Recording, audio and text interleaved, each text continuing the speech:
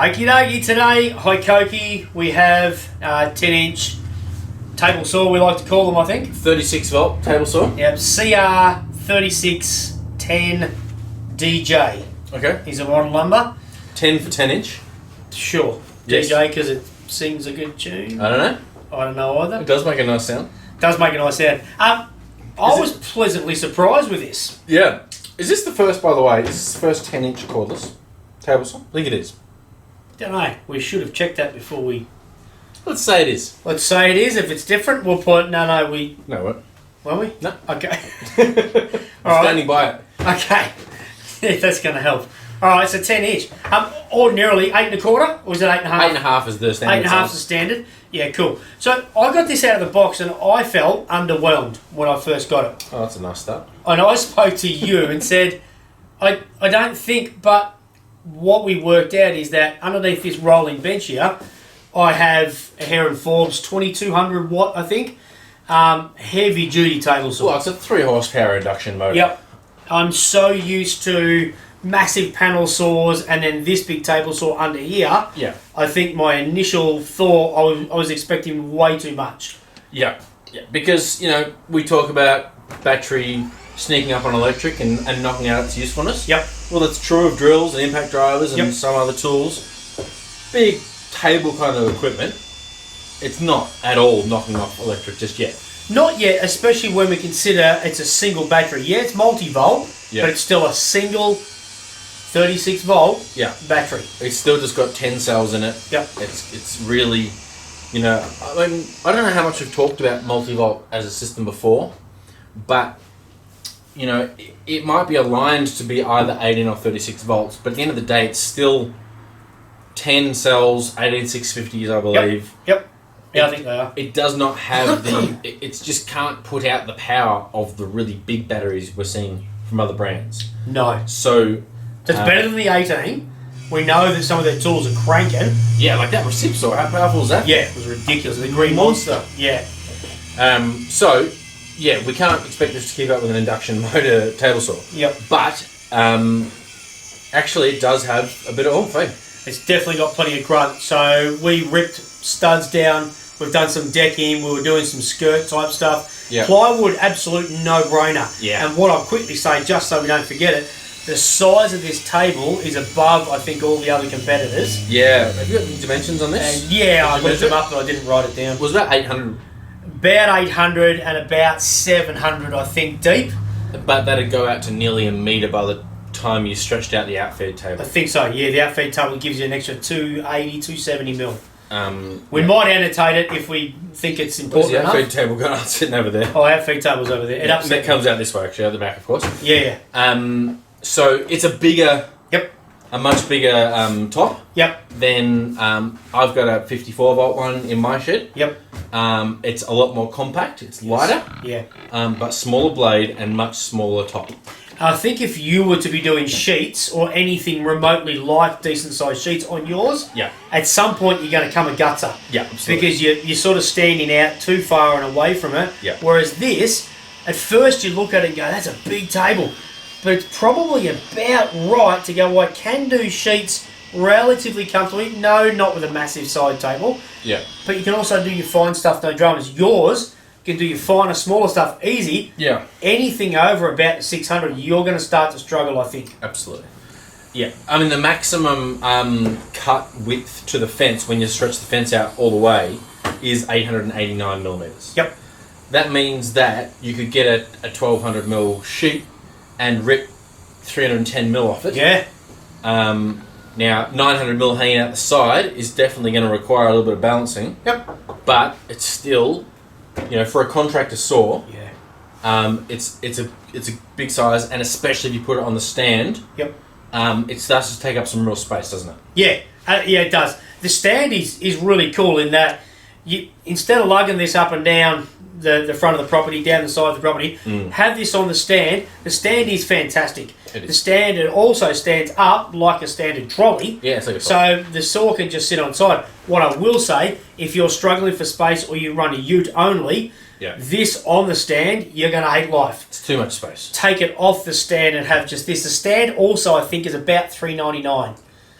So the stand's not cheap. So if you're going to find the benefit to that stand and you're a bit soft like me and cook your back all the time, get the stand. Because I reckon it'll pay itself off really, really quickly. Because I can't put this up against my chest and lug it. Yeah. At 29 kilo. 25, wasn't it?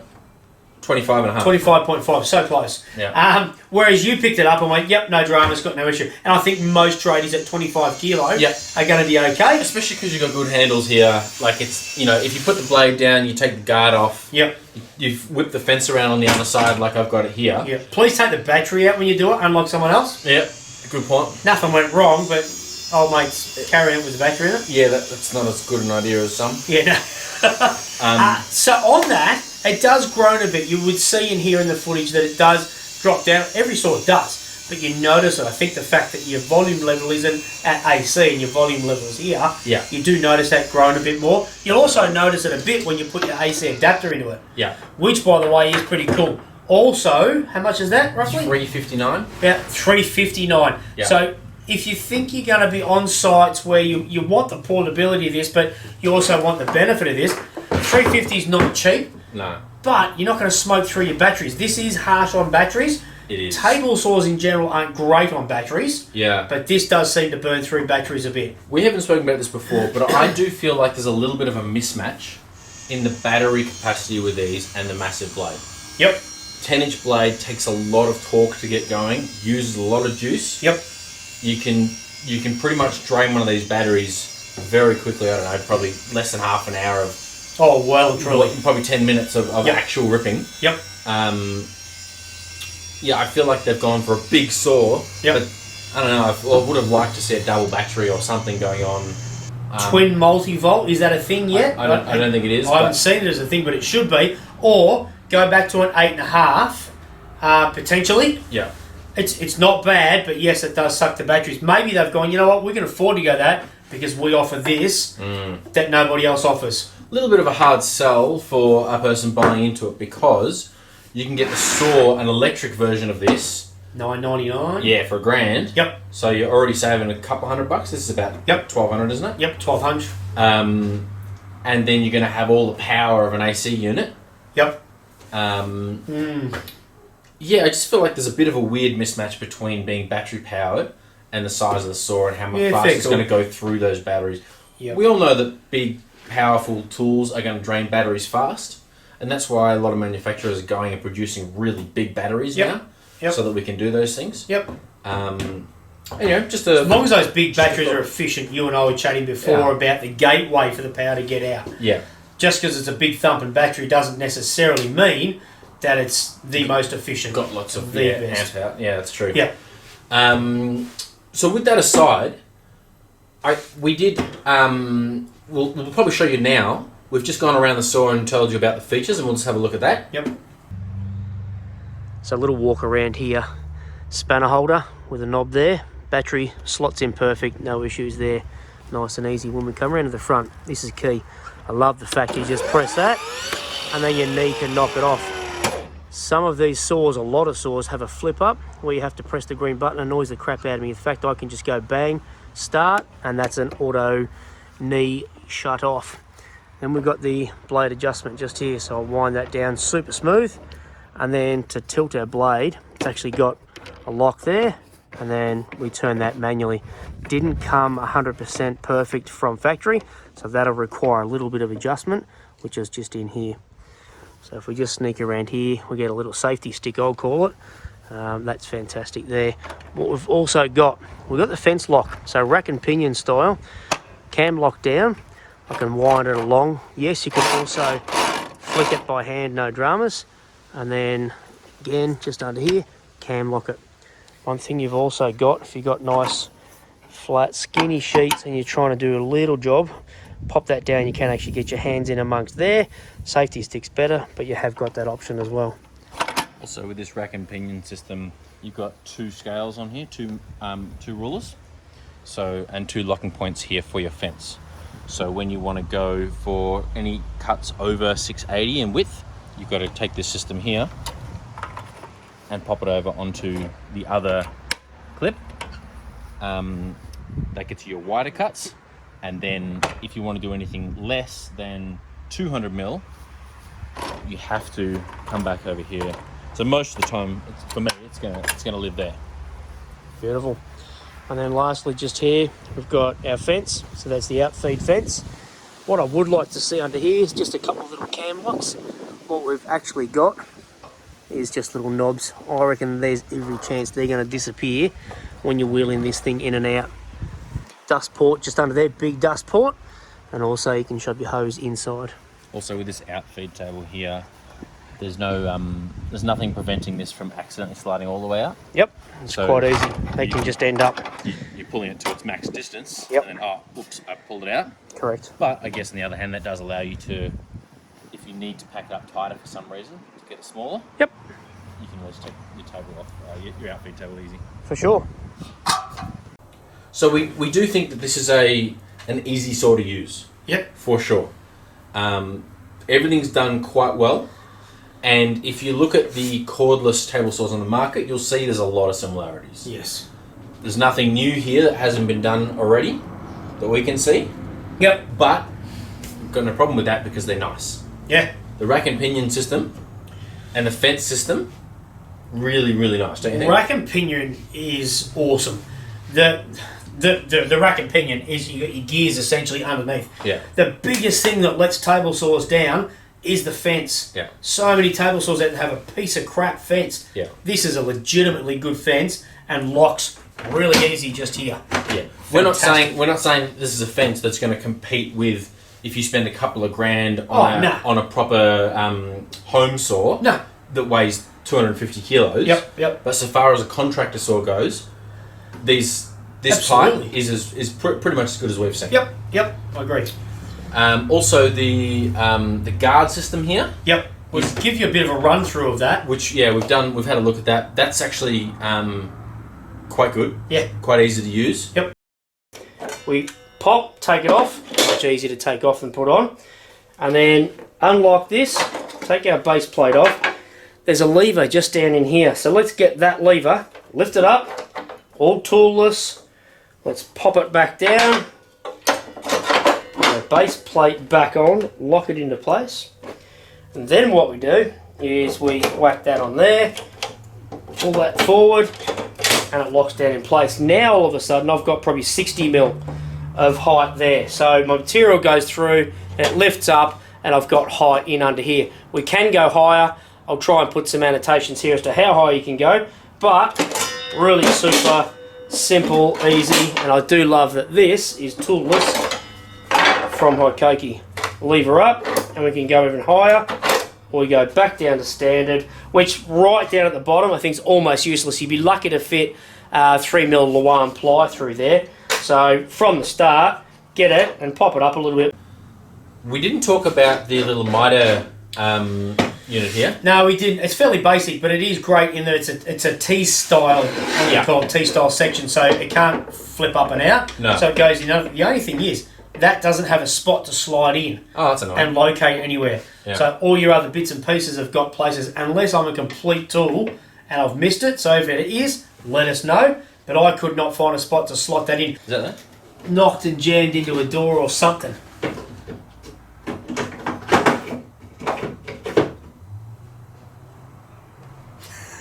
We withdraw our previous concern. Is that going in the bloopers or in the full Nope. video? Ah, you dog. So, what we just found... It's not a great spot, to be fair. It will slip out there. Well, a bit, but okay. Anyway, yeah. Next up. What an idiot. Next. Well, it hasn't been up this high. Well, that's true. We've been working much lower. Yeah. Now, so look, at the end of the day, power is the key for a table saw that's on a battery. Yep. This is not the most powerful unit on the market. No. But give or take 20%, that sort of mark, you are around about there. Decking is fine, architraves are fine. Yeah. I don't think you're going to be happy with this saw if you want to rip a lot of 45mm studs and LVLs and stuff. Yeah. Well, and I was stupid with that LVL saying, let's give it a crack. Yeah. Yes, it did it, but you are going to destroy your batteries very fast if you're trying to chew through 47mm of LVL. And you've got to go slow. Yeah. Even the 35, you've got to be a bit patient with it. I think where this really shines is sheet goods. Yep. And trim work. Yep. And if you're gonna rag on us for recommending it when we're saying it hasn't got tons and tons and tons of grunt, that's okay. Get your straight edge out and use your circ saw. Don't even bother. Click off now. That's okay. Yeah, that's right. I reckon this has got its place. Yes. Now, if you've got a track saw and you're a big avid fan of a track saw, yep, then maybe you don't care for table saws for sheet goods and stuff anymore. Yep. And then maybe this one will make less sense than a more compact unit. Sure. But so far as if you're on the Hikoki MULTIVOLT platform and yep, you're looking for a table saw, would you recommend this saw? Yeah. For sure. Yep. For sure. Yep. Dust extraction? Dust extraction, good. Shoots out like there's no tomorrow. Yes. But it's a 60-ish mil pipe out the back. Yeah. I couldn't get any of my connectors to actually go in and slot in. I'm positive, there was no connectors in the box, as in reducers or anything. Sure. So I don't know how you're supposed to use a standard cordless type extraction unit on it. The main thing for me was, it blasted straight out of the back, even though we were ripping with the grain a fair bit. Yeah, that's right. And then in terms of specs, as we said before, it's 25.5 kilograms. Yep. You can cut 79 mil depth with the 10-inch blade. Yep. But you're not going to be cutting very far at 79 mil. You'll be stopping pretty regularly. Yeah. You can even cut 57 mil of depth on the 45. Yep. But as we know, running on 45, there's a lot more pressure on the blade and the motor. Well, there is, and there's a lot more depth, blade depth, actually, in there. Yeah, so careful with that one. Yeah, I think if you try and cut even 45 or 35 mil studs on the bevel, yep, I think you're going to struggle pretty hard for power. Okay. 5,000 RPM no load speed. Yep.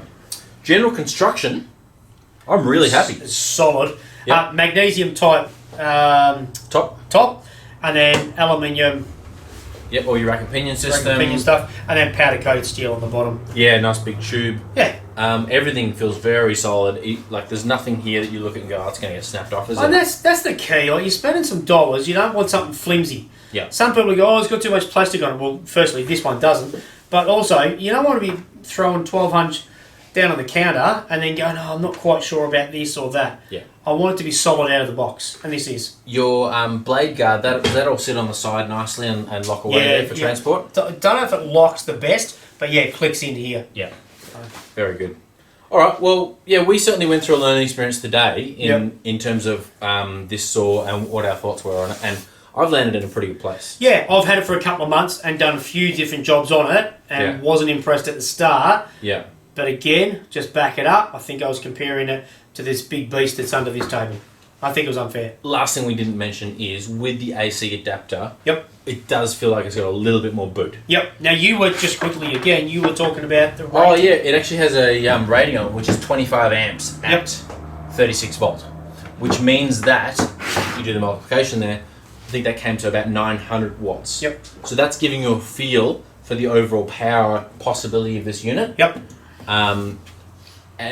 And then the battery's going to be a little bit lower than that. So that's just to help you understand what you're at. But yeah, a little bit more boot and a lot more runtime with the AC adapter. Yeah, a fair bit more. As long as the coal power stations keep going. That's right. Look, get out and try this.